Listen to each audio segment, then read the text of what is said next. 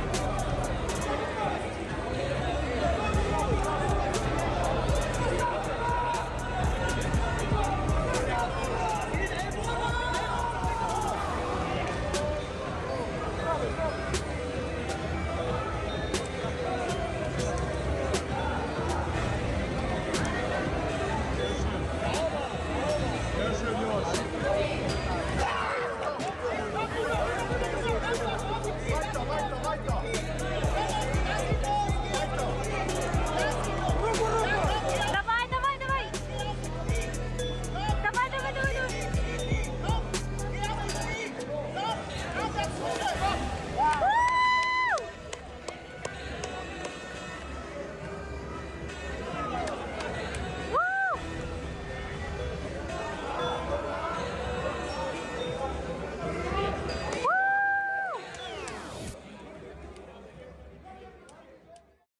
На самом деле это происходит немного по-другому. Вот лично у меня это так.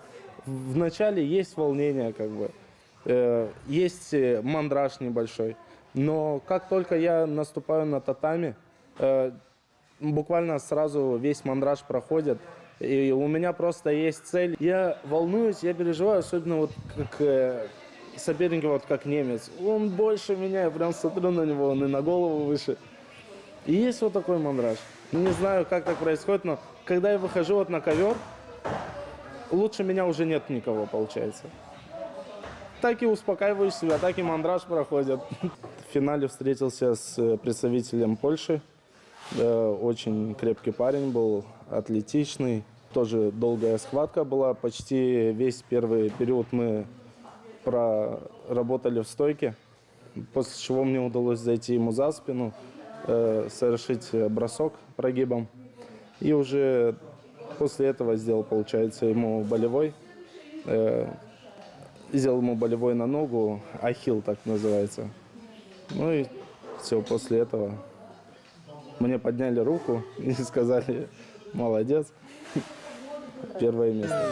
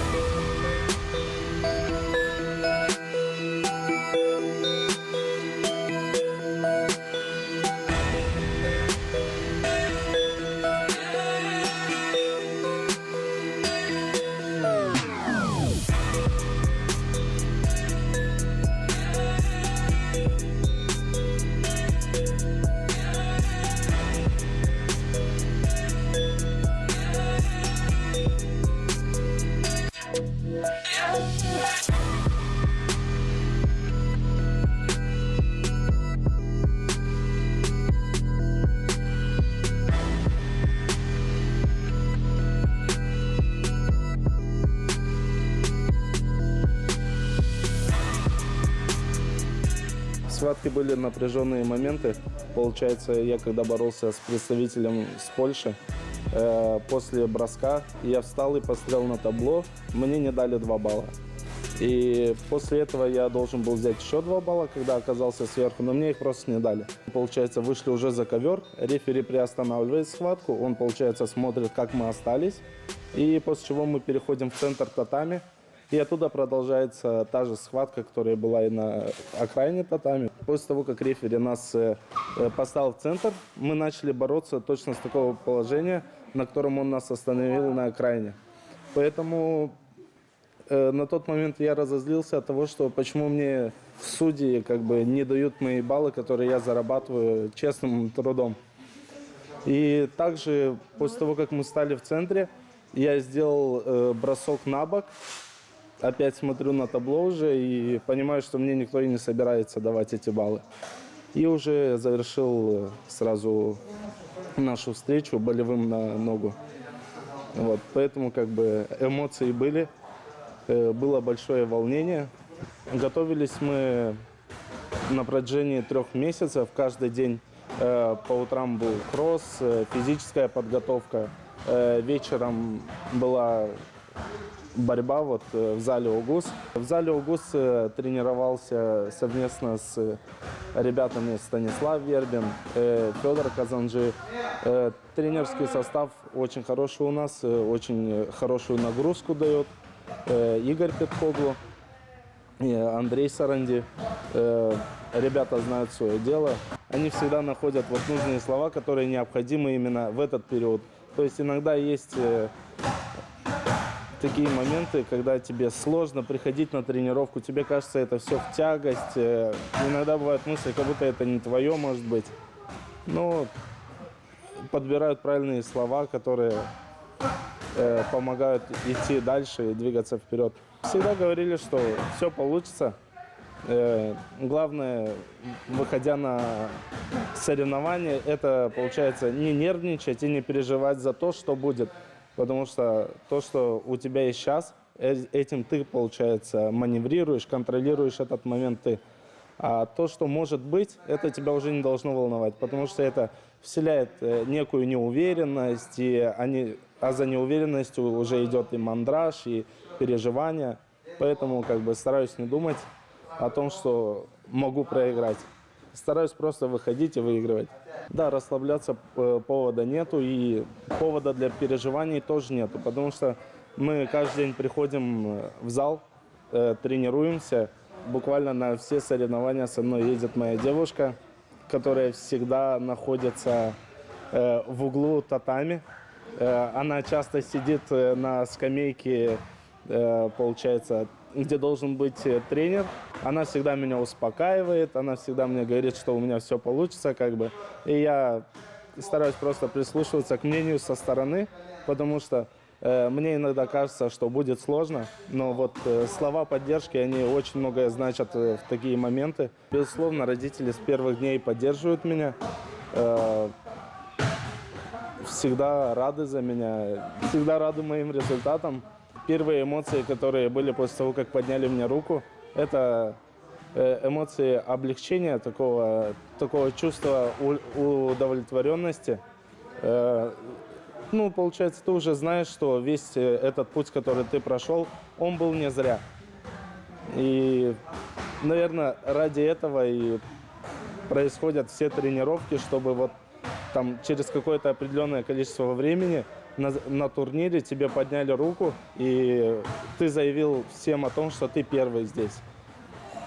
Ради этого и стоит тренироваться, и стоит оставлять здесь и кровь, и пот. Это, получается, уже второй чемпионат мира, который я выиграл. В прошлом году в Софии был турнир среди балканских стран. Там были участники, где я также отборолся, стал первым. И после этого были чемпионаты Республики Молдова, где я также занимал первые места. Турниры на территории Румынии. Там также выступаю, участвую. Когда есть турниры, есть знакомые ребята, приглашают оттуда. И едем, набариваемся, получаем опыт, обмениваемся опытом. Поэтому интересно, не скучно. Нет, соперников я до соревнований не знаю и не знал. Вот сейчас на чемпионате мира, когда были соперники с прошлого года. Но получается так, что с ними уже более такие дружеские отношения. Видишься, приветствуешь друг друга, спрашиваешь, как дела там. И вот так. Минимальный контакт происходит, в дружеской форме. Сейчас готовимся, через 2 недели есть выезд в Констанцию. Там есть такой турнир Данубиас клуб. Он пляжный идет. Туда пригласили, предложили поехать, не пригласили. Так, заново, наверное, нужно будет. Туда нас пригласили. Поедем тоже, поборемся. Такой небольшой обмен опыта. После чего также в Польше, в городе Краков, будет проходить чемпионат Европы, тоже по грэпплингу. 6 сентября должен проходить он. И туда тоже будем готовиться, но пока месяц так, неделька-два отдыха и уже полная боевая готовность. Хочу поблагодарить тренерский состав, который проделывает очень большой труд. Чувствуется вклад, полная отдача. Абсолютно всегда готовы прийти, помочь. По утрам выезжают на стадион, на разминку, имеют четкий план, и придерживаясь которого сразу виден результат. Также хочу выразить слова благодарности Александру Суходольскому. Он всегда поддерживает наш клуб. И благодаря ему не чувствуется эта трудность с поездкой куда-то. человек, который всегда помогает. Подрастающему поколению я бы посоветовал верить в себя в первую очередь. Не обязательно быть чемпионом. Главное для себя достичь какого-то результата. Юным спортсменам желаю быть дисциплинированными, потому что дисциплина часто толкает тебя на тренировку в те дни, когда у тебя нет настроения, когда на улице плохая погода, но все равно ты приходишь, ты пашешь, ты возвращаешься домой, и как бы не было плохо до тренировки, после тренировки ты чувствуешь облегчение. Поэтому нужно приходить в зал, нужно заниматься. Не обязательно быть чемпионом, главное быть человеком.